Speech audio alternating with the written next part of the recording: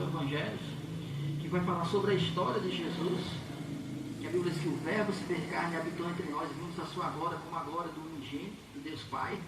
Jesus veio fazer a vontade de Deus. Jesus não veio fazer a vontade dele. Ele disse: eu venho fazer a obra do meu Pai. Eu não falo as minhas palavras, mas falo as palavras do meu Pai. Então tudo que Jesus fazia, quando você vai ler os Evangelhos, a gente vai mostrar alguns textos em que Jesus curava todos.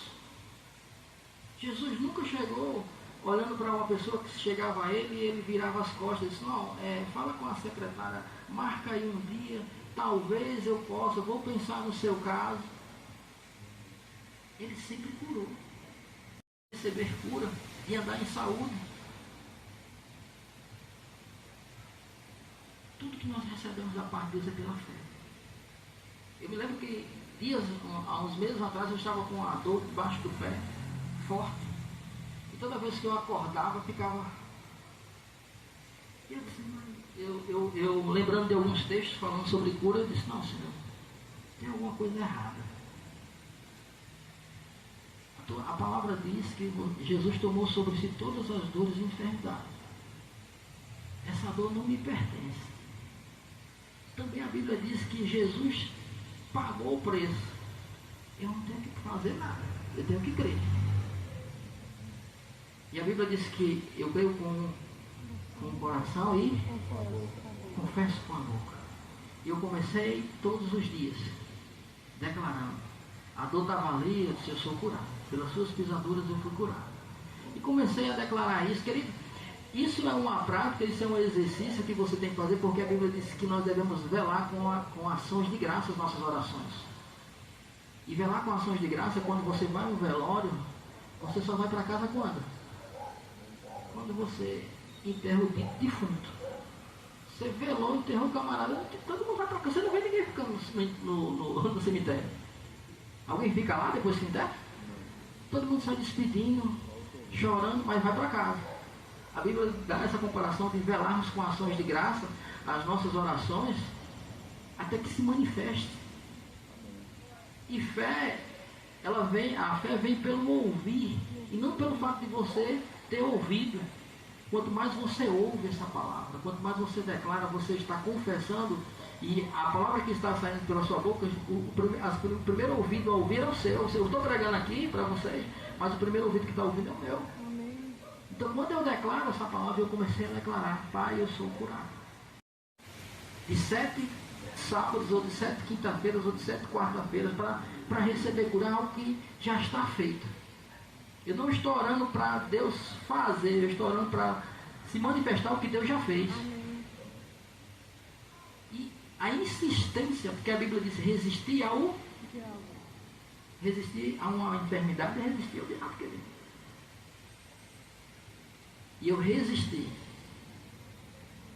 A ponto que quando eu pensei que não, eu disse: cadê?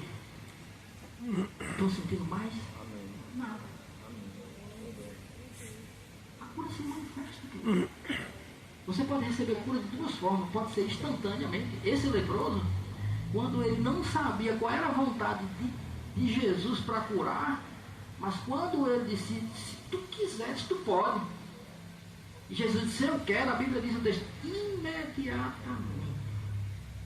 Não foi no dia seguinte, não foi na outra vez que ele viu Jesus, mas foi imediatamente ele foi curado. Ele entendeu que era a vontade de Deus, cura para ele. E ele recebeu a cura.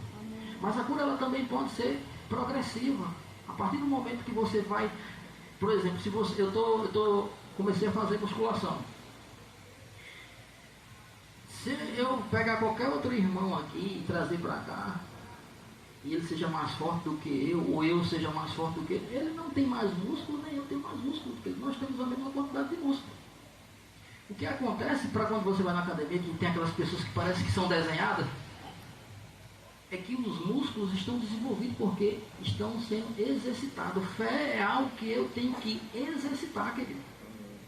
É um exercício da minha fé.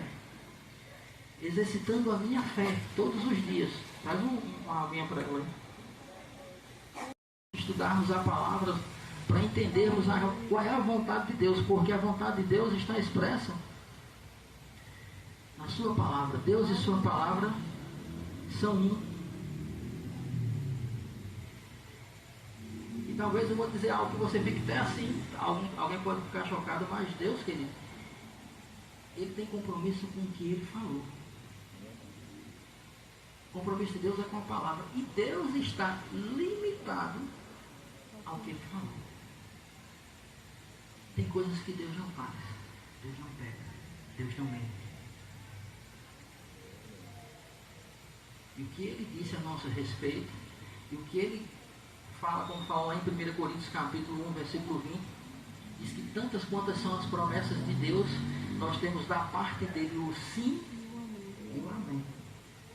Se Deus prometeu cura, e se eu começo a estudar, a ser instruído sobre cura, eu começo a entender qual é a vontade de Deus, queridos, eu tenho sim e tenho amém de Deus para que isso se manifeste. Mas é um processo, talvez possa ser imediato, porque tem os dons podem se manifestar, os dons de cura, e os dons eles são concedidos conforme o Espírito deseja que se manifeste. Mas quando um dom não entra em operação, o que vai entrar em operação é a minha. Por isso que o ministro que está aqui, a Bíblia diz que nós poríamos a mão sobre os enfermos e eles ficariam curados. Então eu posso impor as mãos e você que estiver doente pode receber a cura. Mas o mesmo processo que eu tenho para ser curado é igual a você. Eu tenho que exercitar a minha fé. Eu tenho que receber a minha fé. Por isso que muitos ministros que você vê com ministérios que curam muitas pessoas e acabam morrendo de uma doença ou de uma enfermidade. Trouxe já. Fé é um exercício que eu tenho que fazer todos os dias. E eu tenho que praticar isso. Resistir ao diabo e ele fugirá de vós. Quando você vai olhar para os evangelhos, que você vai ver, Jesus ele está sempre fazendo a vontade de Deus, e a gente vai ler alguns textos aqui que eu vou pedir para você abrir, e você vai entender o que Jesus fazia, porque nós falamos que Jesus fazia a vontade do Pai, que Jesus é a expressão exata de Deus, e quando Jesus fazia algo, por exemplo, 3 coisas que Jesus fazia de forma consistente no seu ministério: ele pregava, ele curava e ele ensinava. Dessas 3 coisas, o que Jesus mais fazia era ensinar. O ensino ele é importante, querido, porque na ausência do instrutor, se você foi bem instruído, você sabe o que fazer. Um dos grandes problemas com relação à cura, a receber cura que as pessoas têm, é de saber qual é a vontade de Deus com relação a isso. Qual é a vontade de Deus com relação a receber cura? Se nós perguntarmos a alguém fora, parar alguém aí e perguntar: você crê que Deus pode curar doenças hoje? Você crê que Deus pode fazer milagres? Que Jesus pode fazer milagres? Ela não vai ter dúvida nenhuma. Ela vai ter certeza. Não, Deus pode. Deus cura, Deus faz milagres hoje. Se nós viemos para a igreja, seja essa ou qualquer outra, e perguntarmos: você crê em milagres? Você crê em curas? Ou você acha que era só naquela época dos apóstolos, em Atos dos Apóstolos, ou nos Evangelhos, quando Jesus se moveu curando tantas pessoas? Diz: não, ele cura. Com certeza ele cura. Mas o problema é, quando você está doente, é da vontade de Deus me curar? Quando nós olhamos para o livro dos começos e vamos para a criação, você vai perceber que quando Deus cria as coisas, ele diz: haja luz e houve luz, e viu Deus que isso era. E conforme Deus foi criando, ele foi sempre vendo que o que ele fazia era bom, era perfeito. Não havia doença, não havia escassez. O jardim, que era muito grande para um casal, havia abundância em tudo. Ali havia perfeição. O que eu sempre falo assim é que capítulo 1 e 2 de Gênesis é a perfeita vontade de Deus. E o restante da Bíblia é Deus tentando trazer o homem de novo para o capítulo 1 e 2. para a perfeita vontade de Deus, onde há abundância, onde você vai desfrutar das coisas que Deus preparou para nós. Cuidado com os seus pregadores prediletos, aqueles que eu gosto de ouvir porque ele... Não, querido, cada um tem uma unção, cada um tem um chamado, tem uma habilidade da parte de Deus, e aquela pessoa quando vem aqui, ela vai alcançar a vida daqueles que estão ali ouvindo. Se nós não entendermos isso, nós não vamos amadurecer para o crescimento e para o que Deus quer para essa igreja. Deus quer que a igreja cresça. E você que já está maduro, que está crescendo, você é um modelo para quem está chegando. Não pense que você que está aqui, as pessoas não estão olhando para você, o seu comportamento, o que você está falando. Tudo isso nós devemos ter cuidado. Porque quem está novo, que chega, vê você falando certos absurdos ou coisas que não condiz com a palavra, ela se escandaliza. A Bíblia diz, ensina a criança no caminho que ela deve andar, e quando crescer, isso aplica a nós, querido. Aqui, as pessoas que estão chegando estão no caminho conosco, e elas estão aprendendo, olhando como você está crescendo, como você está desenvolvendo. A Bíblia Paulo diz, sede meus imitadores, como eu sou de... Paulo não estava dizendo para imitar ele não, querido. Paulo estava dizendo para imitar Cristo, porque ele imitava Cristo. Ele sede meus imitadores, como eu sou de Cristo. Como ele é imitador de Cristo, eu e você devemos ser, não de Paulo, mas de Cristo. Porque imitando Paulo, estamos imitando quem? O próprio Cristo.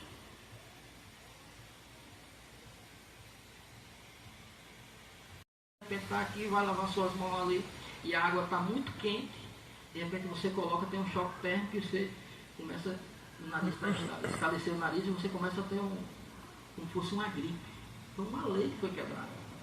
Coisas que foram estabelecidas. E quando você aceitou Jesus e se tornou cristão, essas leis elas permanecem. Nós devemos ter cuidado com o nosso corpo, com a nossa alimentação, com beber uma água boa, saber o que você está ingerindo. Isso é uma responsabilidade sua. Você toma refrigerante? É bom. De vez em quando, não estou trazendo nenhum tipo de condenação para você. Mas, por exemplo, quando você toma refrigerante é muito ácido. Nós, quando vamos envelhecendo, nosso corpo vai ficando ácido. E a acidez do corpo é um ambiente propício para você,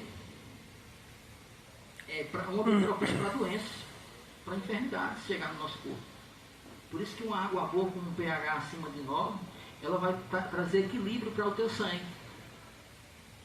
Só para você ter uma ideia, a pesquisa que foi feita, um copinho de refrigerante pequeno que você tomar, você teria que tomar 32 copos de água para equilibrar o pH do sangue, e de água boa, não é qualquer água. Porque você é templo, você pode estar destruindo o templo de Deus. O cuidado que você tem que ter com a saúde. A gente vai envelhecendo e a gente precisa ter cuidado. A gente fala sobre andar em saúde divina, mas, por exemplo, Bunny, quando morreu, é um homem que sempre orou por muitas pessoas, e muitas pessoas foram curadas através do ministério